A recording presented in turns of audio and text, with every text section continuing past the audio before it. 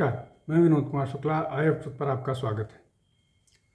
हालांकि ये थोड़ा सा तकनीकी मामला है, लेकिन फिर भी सरकार 5 प्रदेशों के चुनाव उत्तर प्रदेश, पंजाब, उत्तराखंड, गोवा और मणिपुर को थोड़ा सा पहले टाल सकती है।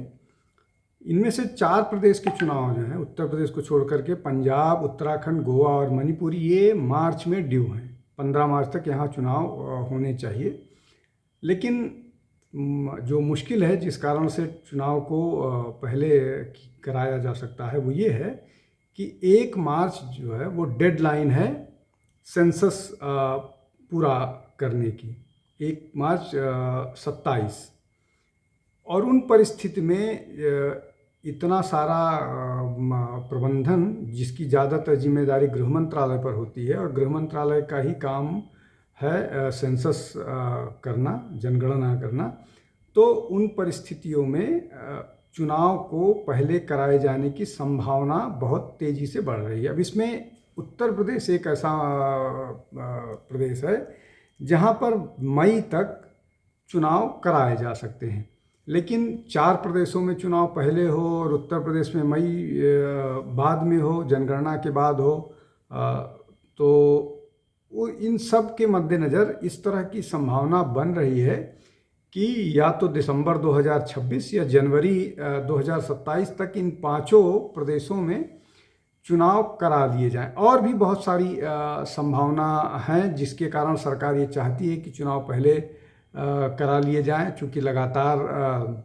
सरकार को इस तरह के फीडबैक भी आ रहे हैं कि सरकार इन प्रदेशों में, मणिपुर को छोड़ करके, उत्तराखंड, गोवा और उत्तर प्रदेश में बहुत मजबूत स्थिति में है। पंजाब में सरकार लगातार कोशिश कर रही, हो सकता है कि इस बार शिरोमणि अकाली दल के साथ अलायंस फिर से हो जाए।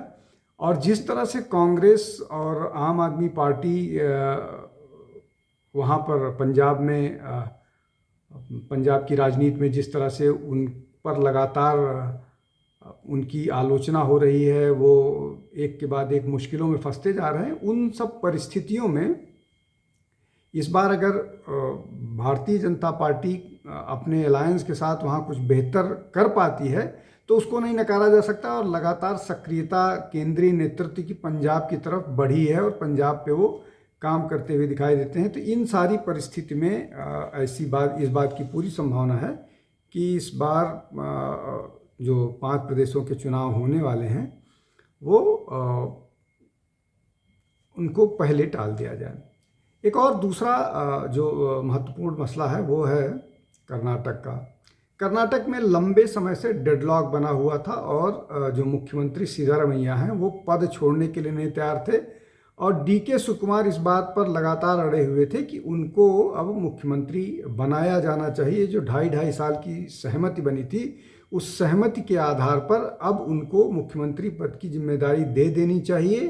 2.5 साल से ज़्यादा हो चुके हैं, लगभग क्या 3 साल पूरे हो गए हैं। और इस बात को लेकर के लगातार राहुल गांधी के साथ बैठक, मल्लिकार्जुन खड़गे के साथ बैठक, ये लगातार जारी थी, लेकिन कोई सहमति नहीं बन पा रही थी। और जिसको बोलते हैं पासिंग द बक हो रहा था।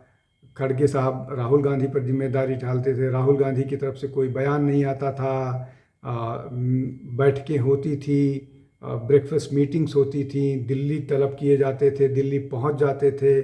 बहुत महत्वपूर्ण बैठकें छोड़ करके DK शिवकुमार दिल्ली पहुंचते थे, लेकिन सब के बावजूद कोई निष्कर्ष नहीं निकला। और इन सब के कारण जो कर्नाटक का गवर्नेंस है वो प्रभावित हो रहा है। लोग जो जिस उम्मीद के साथ वहाँ पर कांग्रेस सरकार आई थी, वो उम्मीदें टूट रही हैं। लगातार कोई काम नहीं हो रहा है वहाँ पर, सिवाय कुछ जो अपीजमेंट वाले काम होते हैं। उसके अलावा जो एक कंस्ट्रक्टिव डेवलपमेंट का काम होता है, निवेश ले आने का काम होता है, वो सब नहीं हुआ। और इसके लिए लोगों में नाराज़गी है, जो सामान्य जन है।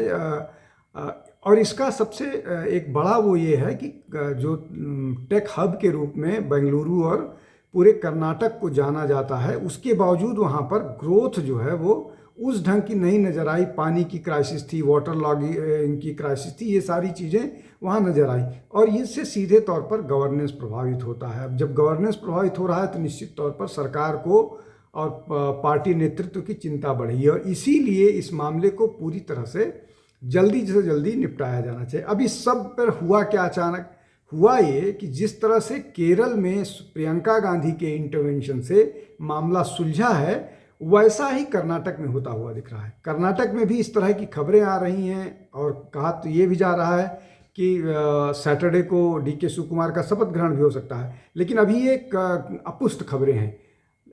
लेकिन कुल मिलाकर के ये बातें तो लगभग स्पष्ट और साफ क्लियर हो गई हैं कि वहाँ पर नेतृत्व बदलाव होगा और डीके शिवकुमार टेक ओवर कर सकते हैं। हालांकि ये भी खबरें आई कि जो है वहाँ पर सिद्धारमैया जो है उनको राज्यसभा भेजा जा सकता है, मल्लिकार्जुन खड़गे को मुख्यमंत्री बनाया जा सकता है और केसी वेणुगोपाल को राष्ट्रीय अध्यक्ष बनाया जा सकता है। इस तरह की कांग्रेस का इस तरह की खबरें आ रही हैं, लेकिन ये तय है लगभग कि वहाँ पर नेतृत्व परिवर्तन हो सकता है और ज़्यादा संभावना यही है कि डीके शिवकुमार को जो उनका लंबे समय से ड्यू था वो मिल जाएगा।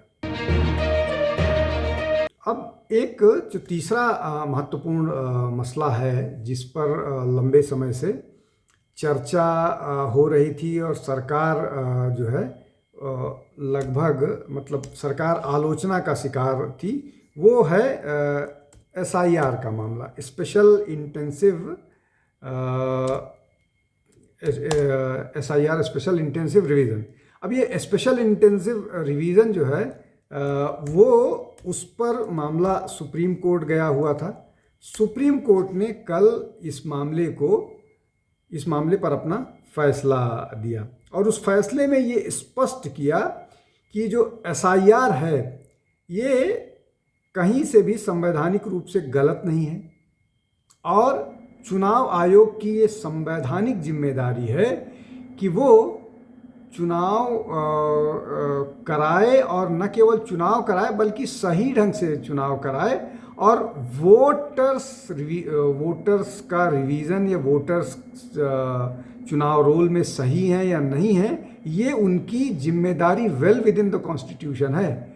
तो ये कहना कि वो SIR जो है वो चुनाव आयोग नहीं करा सकता है या चुनाव आयोग की जिम्मेदारी नहीं है या ये जो पूरी प्रक्रिया है ये असंवैधानिक है, इसको चुनाव आयोग ने सिरे से नकार दिया और लगभग 10 पॉइंट का जो मोटे मोटे तौर पर बताया गया है उसमें स्पष्ट तौर पर ये सारी चीज़ें निकल करके आई हैं। जो जिन लोगों के नाम जिन लोगों ने अपने नाम उनके नाम सही ढंग से नहीं है या वो अपना नाम से को साबित करने के लिए डॉक्यूमेंट्स नहीं दे पाए, वो डॉक्यूमेंट दें, उनको मौका दिया जाएगा और उनके नाम फिर से रोल्स में डाल दिए जाएंगे। अब ये सारी की सारी प्रक्रिया को बहुत ढंग से सुप्रीम कोर्ट ने देखा, उसके बाद अपना फैसला लिया। हालांकि विपक्ष इसको लेकर के सुप्रीम कोर्ट को ही कटघरे में खड़ा कर रहा है, लेकिन इस पूरी प्रक्रिया के पक्ष में संवैधानिक रूप से क्यों ये गलत है, क्या गलत है,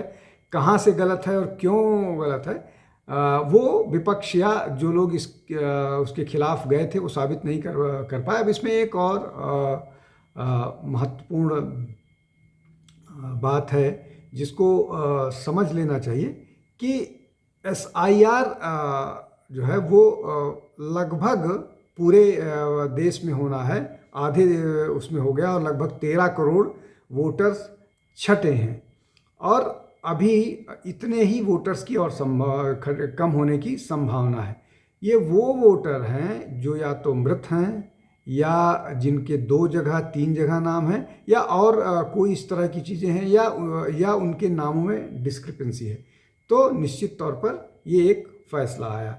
चौथा जो विषय आज का है वो ज़्यादा महत्वपूर्ण है, वो विपक्षी एकता को लेकर के है।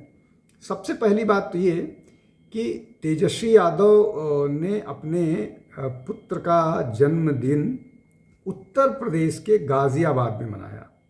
बिहार के पूर्व उप मुख्यमंत्री को अपने पुत्र के जन्मदिन को मनाने के लिए गाज़ियाबाद आना पड़ा। गाज़ियाबाद क्यों मना रहे हैं, ये एक मिस्टीरियस सी बात है। क्या वो वहाँ उसमें थे कि किसको बुलाया जाए, किसको ना बुलाया जाए, ये असमंजस था। उनके पुत्र इराज का पहला जन्मदिन था, इराज लालू यादव। अब एक तो ये असमंजस था, दूसरा क्या इस बहाने वो कोई पॉलिटिकल इक्वेशन सेट करना चाह रहे थे, इसलिए कि जिस तरह की बात जो गेस्ट लिस्ट थी वो काफ़ी बड़ी थी और काफ़ी वाइब्रेंट थी, जिसमें ममता बनर्जी भी थी, अब उत्तर प्रदेश में है तो अखिलेश भी थे, मुख्यमंत्री योगी आदित्यनाथ थे कि ये नहीं थे, ये राहुल गांधी इसमें थे, और ये इस तरह के लोग थे। बड़ी वाइब्रेंट सूची, अगर सूची का नाम गिना लेंगे तो पूरा कार्यक्रम उसी में चला जाएगा। लेकिन अब क्या इस बहाने ये बर्थडे डिप्लोमेसी या बर्थडे सियासत तेजस्वी कर रहे थे? अच्छा, अभी वहाँ पर तुरंत चुनाव हुए हैं, तो अभी वहाँ पर अब तैयारी को लेकर के जरूर बात हो सकती है। एक और महत्वपूर्ण मामला है कि क्या जिस तरह से ममता बनर्जी बयानबाजी कर रही हैं, उस परिस्थिति में तेजस्वी एक मीडिएटर के तौर पर इस बर्थडे के बहाने समझौता कराने की उसमें है, या विपक्षी एकता को एक बार फिर एक साथ ले आने की कोशिश है? ये सारी चीज़ें जो हैं, ये सारे कयास हैं। और एक और बात है, इसको एक शक्ति प्रदर्शन के तौर पर देखा जा रहा है, लेकिन फिर एक बात रह जाती है कि तेजस्वी यादव को गाज़ियाबाद में आकर के शक्ति प्रदर्शन करने की क्या ज़रूरत है? क्या गाज़ियाबाद में वो चुनाव लड़ेंगे? गाज़ियाबाद में उनको कितने लोग समर्थन करते हुए हैं? अब ये मैं नहीं कह रहा हूँ, गाज़ियाबाद में बहुत सारे बिहार के लोग हैं, जिसके पास जो भी थोड़ा साधन संपन्न होता है वो गाज़ियाबाद, नोएडा, गुड़गांव, फरीदाबाद में घर खरीदता है। बिहार कोई नहीं लौटना चाहता, बंगाल कोई नहीं लौटना चाहता। तो इसलिए जो पूरा का पूरा इलाका है, ये मतलब ये जो एनसीआर है, वहाँ पर बिहार के लोग भरे पड़े हैं।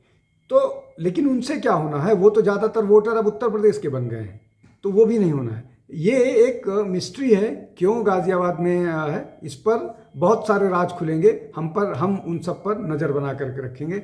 आज के लिए बस इतना ही। बहुत बहुत धन्यवाद। नमस्कार। हमारे चैनल आई ऑफ ट्रुथ को सब्सक्राइब कीजिए YouTube पर, इसे फॉलो कीजिए Facebook पर, Instagram पर, Twitter पर और कू पर।